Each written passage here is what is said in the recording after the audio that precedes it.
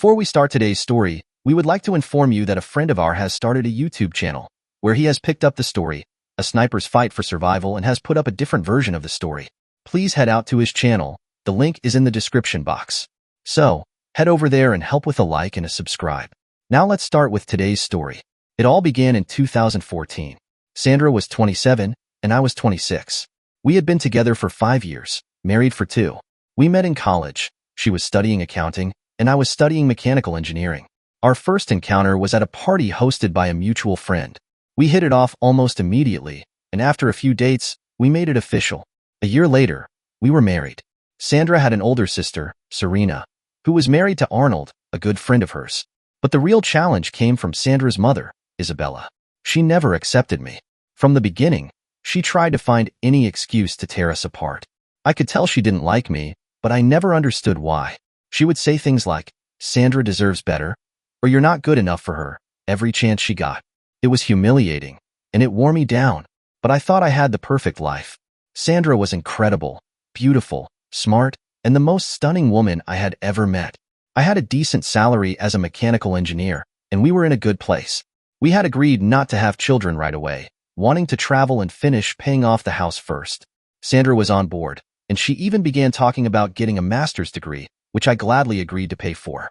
I just wanted her to feel supported. A year after we got married, things took a turn.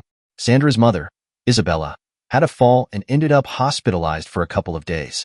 The doctors said it wasn't serious, but they recommended she take bed rest. Sandra was beside herself with worry. I could see how much her mother's health affected her. She stayed with Isabella during her recovery, and I respected that, though I wished we could have spent more time together. Then came the anniversary party. Sandra's parents were celebrating 30 years of marriage. That night, 2 shocking announcements were made that left me reeling. First, Serena, who had been trying for years to have children, announced that she had been unable to conceive. She had visited countless fertility clinics without success, and the pain of not being able to have children was heartbreaking. I could see the tears in her eyes as she shared the news. It was one of those moments where you wish you could take someone's pain away but realize you can't. The second announcement was from Isabella. I had always known she was emotionally distant, but what she said next hit me like a ton of bricks. With tears in her eyes, she told us all how desperately she longed to become a grandmother. She spoke with such urgency, and her words carried a weight that I hadn't anticipated. A fall could be the end of me, and who knows when it could happen, she said, her voice trembling. I watched her grow up, and now I just want to see her have children. I looked over at Sandra, and I could see the shock on her face. She was pale, her eyes wide, and her hands were trembling as she reached for her glass of wine, but I could tell it wasn't helping. Her mother's words had struck a deep chord with her. After the party, we went home, and Sandra was noticeably affected by everything that had happened.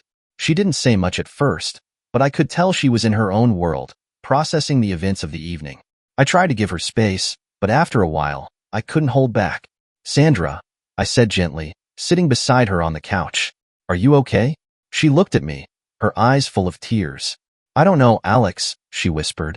I just don't know. Is it your mom?" I asked carefully. She nodded, her voice breaking. "She's right, though. She's not going to be around forever. And Serena, she's struggling. I don't know what to do." I reached out, pulling her into a tight hug. "We don't have to make any decisions right now, okay? We'll figure it out. Together." But even as I said those words, I couldn't shake the feeling that something had shifted. I knew Sandra had been affected by her mother's desperate plea for grandchildren, and the weight of it was heavy on her. Something had changed, but I wasn't sure what it meant yet. I chose to ignore the situation, a mistake I now regretted but couldn't seem to face at the time. The weeks went by, the months passing without any more major developments, until one day I received an urgent call from Sandra. Her voice was shaky. "Alex, I'm at the hospital," she said, barely able to hold it together. "It's Serena. She tried to hurt herself." I froze, a knot of fear tightening in my chest. "Are you okay?" I managed to ask, though it didn't make sense. She was the one at the hospital, not me. "I'm okay," she replied quickly. "But she's in critical condition, Alex. I need you here." I didn't hesitate for a second. "I'm on my way," I said, trying to steady my voice. I couldn't let her hear how rattled I was, but I was terrified. My mind raced, trying to piece together how this could have happened. I rushed to the hospital as soon as I finished work, and when I arrived, I found Sandra in the waiting room, her face pale and her eyes swollen from crying. Isabella was there too, standing off to the side with a cold, almost accusatory expression on her face. I immediately felt a tension in the air, like something was off. Isabella's gaze didn't soften when she saw me. It was as if she was blaming me for Serena's breakdown. I approached Sandra and pulled her into a tight hug, trying to reassure her, but I couldn't shake the uncomfortable feeling of Isabella's stare. Arnold, Marco, and Isabella's husband were also in the room, but their presence didn't make the situation any better. They all looked anxious, but it was Isabella's cold demeanor that stuck with me. It felt like the blame was on me, though I couldn't understand why. What happened? I asked, my voice low, trying to get some sense of the situation. Sandra's voice trembled. It's the infertility, Alex. Serena, she's been struggling with it for years. But after Mom's comments about wanting grandchildren, it broke her. The pressure was too much, and she couldn't handle it. I felt a sickening pang in my chest. I couldn't imagine what Serena was going through, but I understood how deeply it must have hurt her. 2 days later, Serena was discharged from the hospital, still shaken but physically okay. The doctors prescribed antidepressants to help her cope with the aftermath, and the whole family gathered at Isabella's house to discuss what had happened. It was tense, the air thick with unspoken words and awkward glances. As we sat in the living room, the topic of grandchildren was raised again. Serena's infertility was still fresh on everyone's mind, and Isabella's words from the party were still echoing in the background.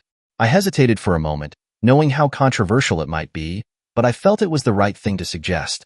What if you and Arnold consider adoption? I offered, trying to keep my voice steady. It could be a good way for you to have a child in your life, even if it's not your biological grandchild. Adoption is a real option, and it could bring a lot of joy. The room went dead silent. I could feel all eyes on me, and I knew that my suggestion wasn't going to be well received, but I pushed forward anyway. Isabella's eyes narrowed, and she looked at me like I just suggested something utterly outrageous. Adopt a child? She said sharply. That's not the same as having a grandchild of our own blood. A child born from our family. A real grandchild. Her words hit like a slap in the face, and I tried to hide my frustration. I wasn't suggesting it because I didn't understand the importance of family. I was suggesting it because I knew it could give Serena and Arnold the chance to create the family they longed for. But Isabella wasn't hearing any of it. The conversation faltered after that. There were no more suggestions, no more ideas. The tension in the room was palpable, and I could feel it pressing down on me, suffocating me. We all left shortly after, and I could tell from Sandra's silence that she was as frustrated as I was. In the weeks that followed, things began to change. Serena and Arnold started visiting our house more often, though their presence felt strange. They would arrive, and I could hear them talking in hushed voices in the kitchen, but as soon as they entered the living room, they fell silent. There was something off about their behavior, something that felt uncomfortable and hidden. I couldn't shake the feeling that they were keeping something from me, something I wasn't supposed to know, but I wasn't sure what it was, and that uncertainty made everything feel even more unsettling. I decided not to pay much attention to it at first. Maybe Serena was just going through a tough time and needed to lean on her sister. But then, something changed. Sandra started acting different.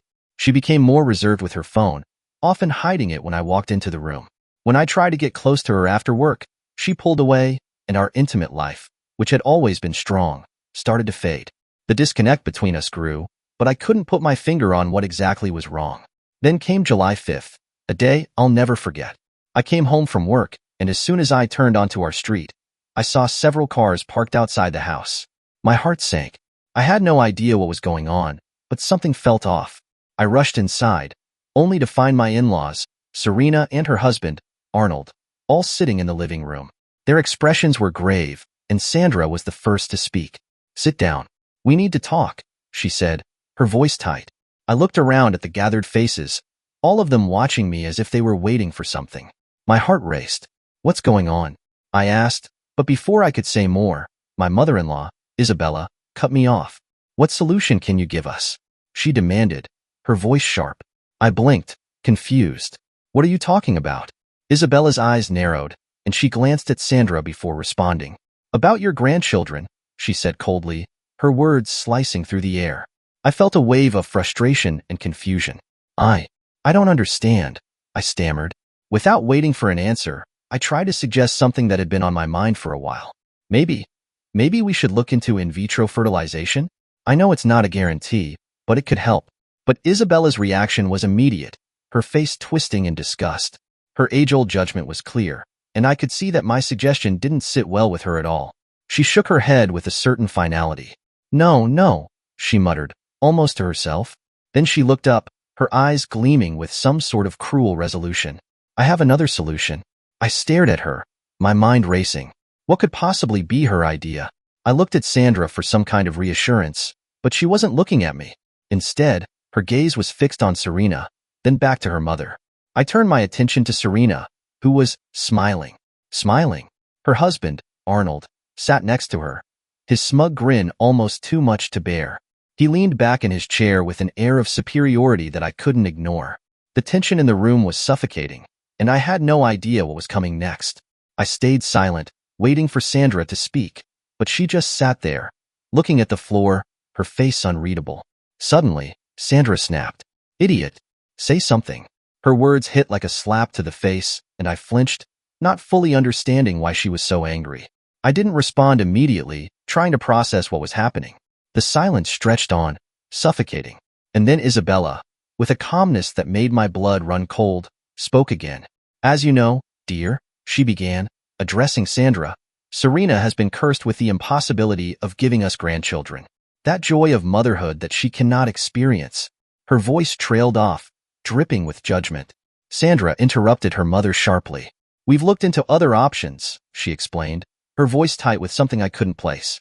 "But surrogacy, it's risky. The genetic and hereditary issues that could arise in future generations." She shook her head, looking exhausted. Arnold, never one to stay quiet for long, chimed in. "Surrogacy is expensive. We can't afford it. Not with all the other expenses a child would require." I was barely keeping up, but I wasn't going to let them dismiss me like this. "So, what are you proposing?" I asked, trying to steady my voice, even though everything inside me was starting to spiral. That's when Isabella's words struck like a thunderclap. "Since you refuse to have children, Sandra will become pregnant with Arnold." I froze. The world seemed to stop around me. My heart pounded in my chest, and I felt the blood drain from my face as the gravity of her words hit me all at once. Pregnant. With Arnold. Sandra, my wife, and Arnold, my brother-in-law. I looked at her, but she wouldn't meet my gaze. Instead, she kept her eyes trained on the floor, the silence between us now thicker than ever. Pregnant. With Arnold. I couldn't think, couldn't breathe. I swallowed hard, unable to utter a word. I hoped this was some sick joke, but I quickly realized it wasn't. My mother-in-law continued to speak, her voice steady, as if what she was saying was perfectly reasonable. "We understand that you don't want to take care of the baby," she said coldly. "Don't worry. When it's born, we'll register it in the name of Serena and Arnold." I could feel the blood draining from my face. I was in shock, and I just wanted to wake up from whatever nightmare this had become. But my mother-in-law wasn't done. She went on, as if the horror she just dropped on me hadn't been enough. "Children are not products," she said, her tone sanctimonious. "They are not made in a laboratory. They must be conceived with love, the fruit of a couple. In other words, with coitus." Her words hung in the air, each one more suffocating than the last. She went on to cite religious arguments, referencing the Church's prohibition against artificial means of conception and her desire to prevent her grandchild from being condemned to hell. I couldn't listen to it anymore. I couldn't stand being in this room, surrounded by these people, and hearing this insanity spew out of her mouth. Before she could continue, I stood up abruptly, my fists clenched at my sides, and I shouted, "No way!" I didn't usually raise my voice like that, but I couldn't hold it in. I needed to make them understand. "Sandra, what do you want to tell me?" I asked my wife, my voice raw with frustration. Sandra looked at me, her expression flickering between confusion and fear. She didn't speak. She didn't say anything, and it hit me harder than anything else. She wasn't on my side. She wasn't defending me. Isabella, my mother-in-law, looked at me defiantly. She was clearly taken aback by my outburst, but instead of backing down, she tried to explain herself, as if I should somehow understand. I wasn't having it. Arnold, who had been quiet up until this point, approached me and tried to place a hand on my shoulder. "Don't touch me," I snapped, stepping back, my anger boiling over. "Look, we respect your decision not to have children," my mother-in-law said, her tone more patronizing than ever. "But I understand that you're still young, and you still have the urge to explore. Therefore, Arnold will be the one to take care of it." I froze. What? My mind couldn't wrap itself around what she was saying. She continued, Serena agrees that her son should be conceived in the act of love. Therefore, it will be between Sandra and Arnold. I couldn't believe what I was hearing. The words were impossible. And that's when I finally snapped. You're crazy, old witch. I shouted, my voice cracking with fury. Everyone in the room fell silent. It felt like time stopped. Serena gasped. Sandra's face twisted in anger. But there was something behind it. Regret? Maybe guilt? I couldn't tell. Arnold, who had been silent until now, looked at me with a smirk. Come on, he said, his tone condescending. It will be fun. And that was it. I don't even remember moving. But in a split second, I launched myself at Arnold, my fist connecting with his face in a punch that knocked him to the ground. The room erupted in chaos. Serena screamed, and Sandra joined her. The sound of their shouts echoed in my ears, but I couldn't focus on anything except the surge of adrenaline coursing through me. Get out of my house, I yelled, my voice hoarse from the rage. I didn't wait for them to respond. I turned and stormed into the bedroom, locking the door behind me. I could hear them shouting from the other side of the house. Moments later, I saw them leaving through the window. The door slammed open, and Sandra walked in, her face flushed with anger. But there was something else. Hurt? I didn't care. You offended my mother, she shouted, her voice trembling with emotion. She ignored the fact that they had just tried to convince me to let her sleep with Arnold. She didn't care about that. I couldn't stay quiet anymore. You're ignoring the fact that they're trying to manipulate me into letting you have sex with your brother-in-law. I shot back, my voice hoarse from shouting. Sandra didn't respond. She just glared at me, clearly seething. She didn't speak to me for the rest of the day. That night, after I'd spent the entire day with my best friend, Elliot, I came home.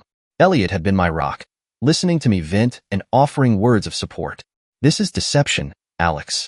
Your mother-in-law is the one who's to blame for all of this, he said, shaking his head. I nodded, feeling the weight of everything crash down on me again. Elliot was right. My mother-in-law was at the center of all this madness. Elliot suggested something that sounded crazy at the time, but made sense in retrospect. He said, maybe it's time to leave the city, Alex. Take Sandra, get away from all this mess. The less you're around her family, the less their influence on you both. I'd been thinking about it for days, trying to figure out how to make everything stop hurting. It wasn't a bad idea, but I wasn't sure I was ready to run away from my problems. But then I thought about it. Being away from her family, away from all the pressure. It sounded like something I needed, even if I didn't want to admit it. When I arrived home that evening, Sandra was sitting at the kitchen table, her face red and blotchy. She had been crying. I stopped in my tracks when I saw her. My stomach churned with guilt, but I didn't know what to say. Sandra? My voice came out softer than I intended. She looked up at me, her eyes filled with tears. My mom's been hospitalized, she said, her voice trembling. She's in critical condition. I didn't even think before responding, that old bitch can die. And I hope the death is agonizingly painful for her. The words just came out, bitter and cold. I knew I hurt her, but I couldn't stop myself. It wasn't my proudest moment. Sandra collapsed into herself, breaking down completely. I watched her for a moment, my heart sinking. I didn't mean to be so harsh, but I had been bottling everything up for so long that it just spilled out. It wasn't my intention to hurt you, but your bitch of a mother leaves me with little respect for her, I said. She wiped her tears away and looked at me. You don't understand, Alex, she whispered. Serena, she's still so depressed. I'm afraid she'll hurt herself again. Serena's mental health was a mess, and I couldn't pretend to know how to handle it. I stayed silent for a moment before saying, we can try. We'll try to have a baby soon. Our baby, your and mine. I didn't want to say it, but I did. I had no other choice. Sandra looked at me, her face lighting up. She smiled softly. It's okay, she said, her voice relieved. We'll try soon. But deep down, I knew it wasn't just about making Sandra happy. It was about keeping the peace with her family.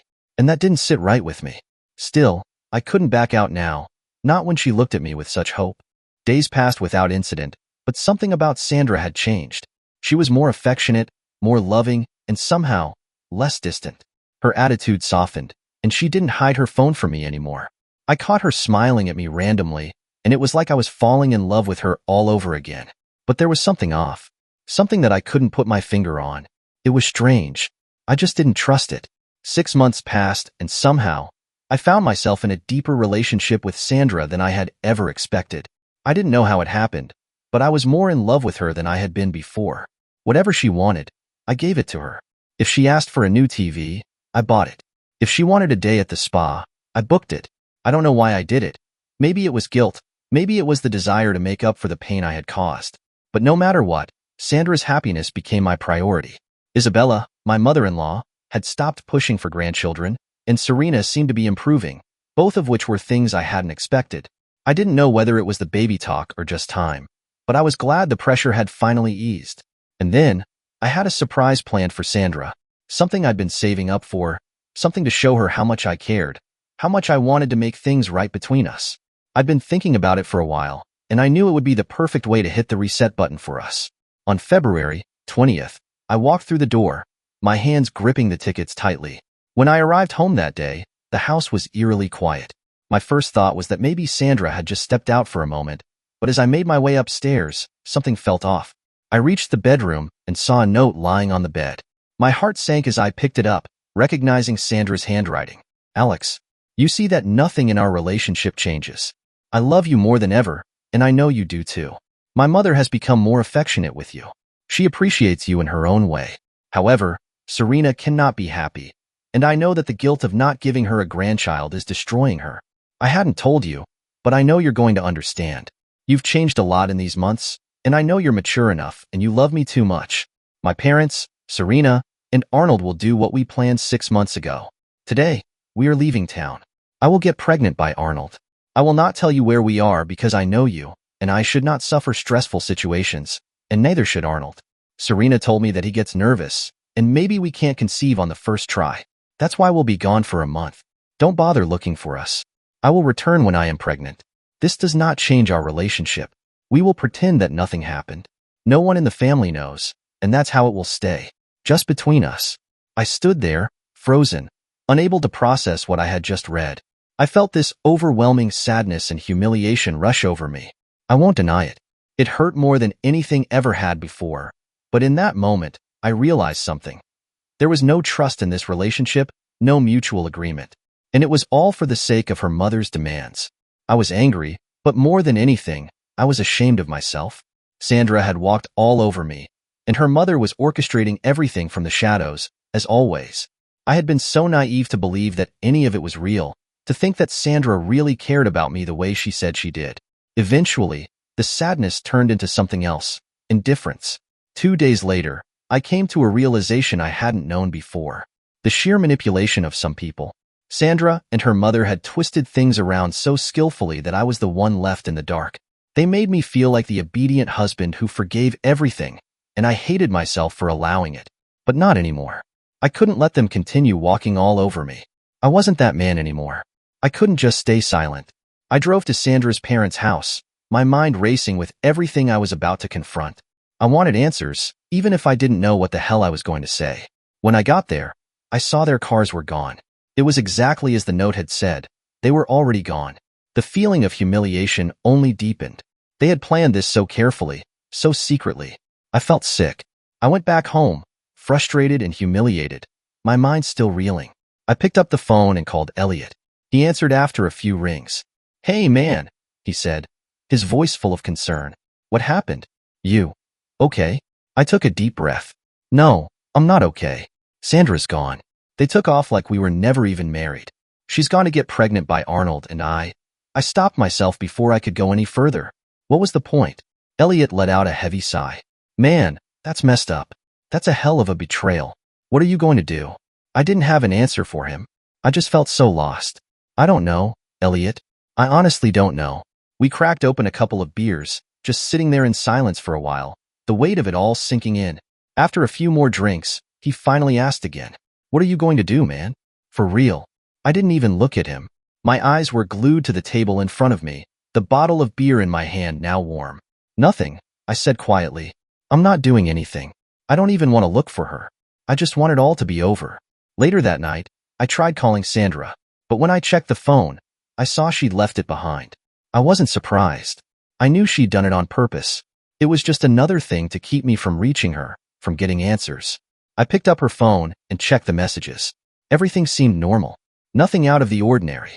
Conversations with her family, updates on her mother's condition. It was all so damn fake. That weekend, I did nothing but stew in my anger. It ate away at me, growing worse with every passing minute. The betrayal, the manipulation, it only solidified my hatred for Sandra and her family. I didn't know if I could ever look at any of them the same way again. I couldn't believe it. My wife, Sandra, had been cheating on me with her brother-in-law, Arnold, for months. The excuse they used, that he was too nervous to conceive, was a complete joke. They had been scheming behind my back, and I was done. It was time to get out, to disappear from their toxic mess. So, I made a plan. I bought tickets to Canada, packed all my things, and sold my car. The house was on lease, and it was paid for the next 6 months. I sold most of the important electronics in cash, emptied all mine and joint accounts. I was not leaving her with a single penny. The cards were canceled. The insurances were changed. I cut Sandra out completely. I had enough money saved to live for 3 months. To make sure I could pull this off, I asked Elliot for a loan. He didn't hesitate and told me to take care of myself. Whatever you need, man. Just keep me in the loop, he said. I knew I could count on him. I took Sandra's phone with me, and before I left, I quit my job and made it clear that I didn't want to hear from anyone, including my wife. The betrayal was too much. 3 weeks into my new life in Canada, I got a WhatsApp notification on Sandra's phone. It was from a family group chat titled Baby.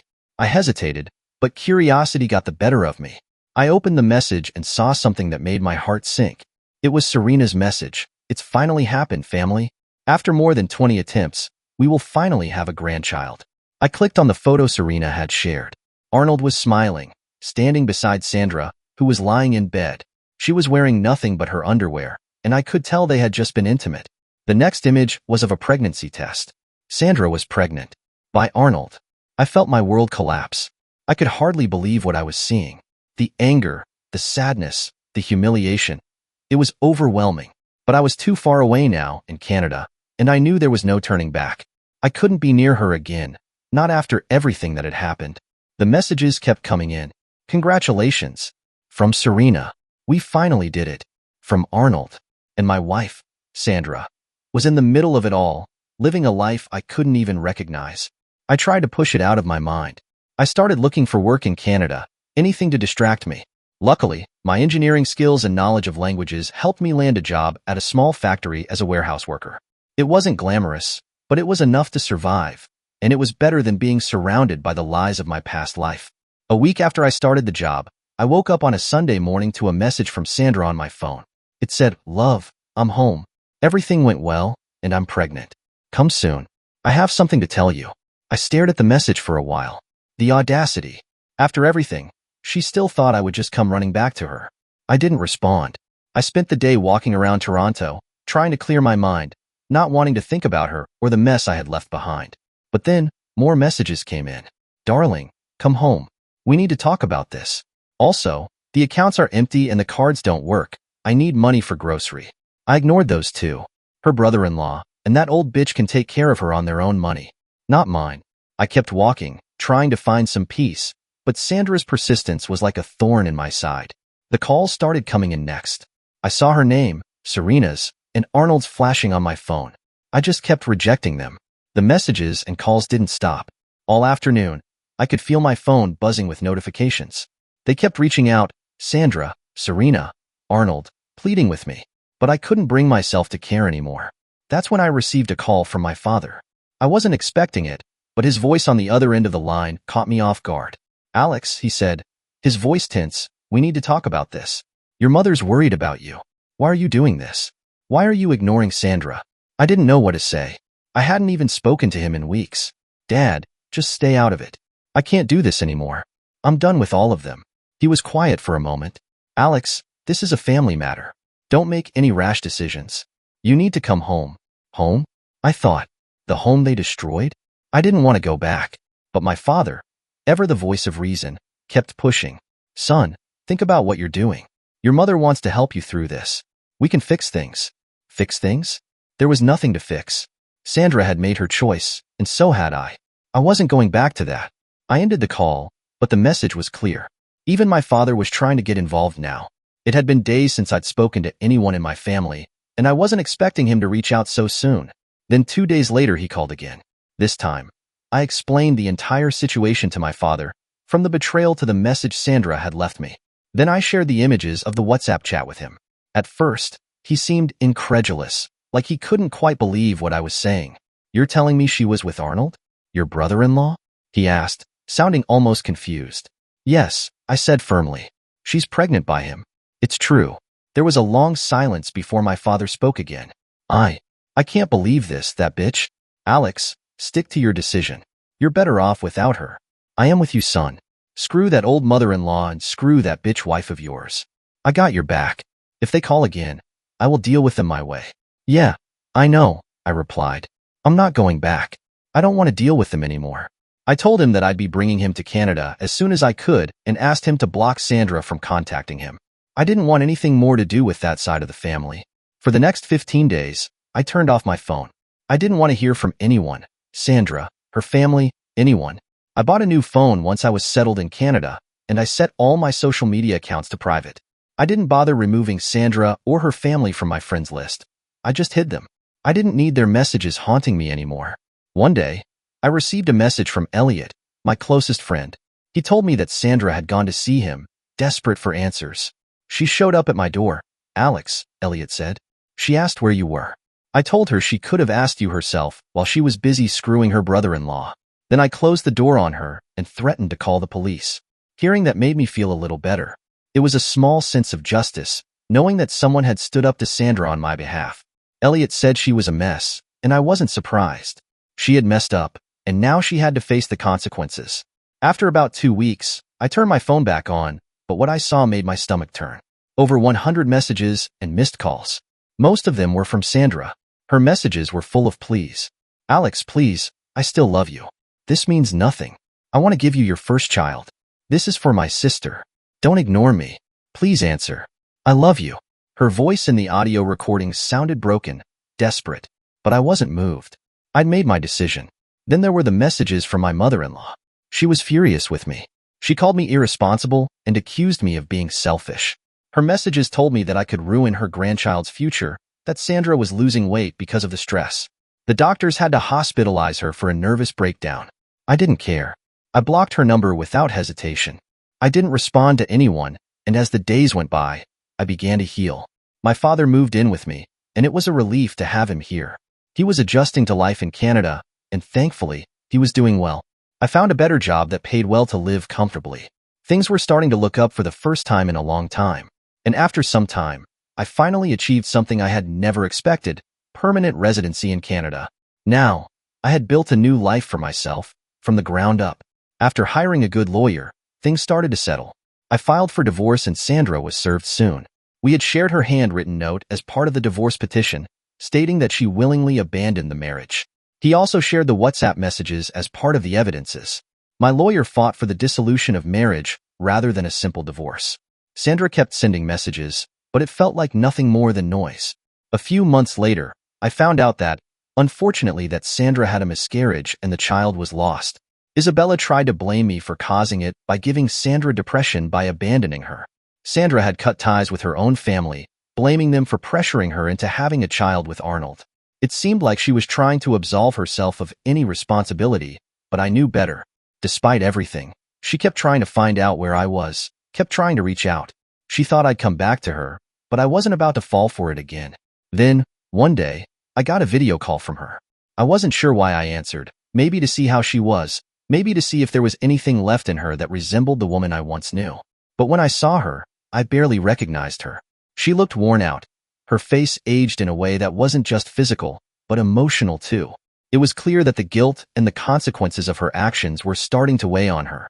She immediately tried to apologize, but I wasn't having it.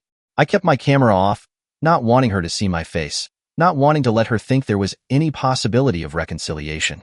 I told her, "This will be brief. The sum of your actions defines who you are. You made a decision without me, something you knew I didn't agree with. You confused my love with obedience, and that's something I won't allow. Maybe, by now we would have been expecting a child, but patience is a virtue, and you failed to cultivate it. As for your bitch mother, Isabella, she hasn't passed away, and I doubt she will anytime soon, and honestly, I pray that when her time comes, she dies in agony. I promise you this, that when she dies, I will come back and piss on her grave. You and your bitch mother killed my marriage, and you'll carry that on your conscience forever." I paused, letting it sink in before finishing. As for me, I have started dating and soon I will move on from you. I will not forget you and I will make sure that till I die, I will never forgive you. Also, I hope your mother dies without seeing any of her grandchildren. You reap what you sow, I'm reaping mine, and you're reaping yours. I heard her break down in tears, and I couldn't help but feel a little detached. Then she said that the doctors told her that she will not be able to conceive ever again as, during her operation, her uterus was removed. That was something I did not expect and honestly, I did not wish such bad karma on her. But it wasn't my responsibility anymore. I ended the call without another word. That was the last time I heard from her. That was around 2019. I've been living in Montreal since then, recovering from that life, from that woman, from all of it. It hasn't been easy, but it's been necessary. The divorce went on fine and I was free from her. We did not have much to be split, and I was asked to pay alimony for 1 year. Then the world shut down in 2020, and everything seemed to blur together. Days blended into each other, and I didn't know what was real anymore. But honestly, it doesn't matter. It feels like something out of a story now, like fiction, and I wish it wasn't. Dear listeners, please share your thoughts in the comments section below, and don't forget to like, share, and subscribe.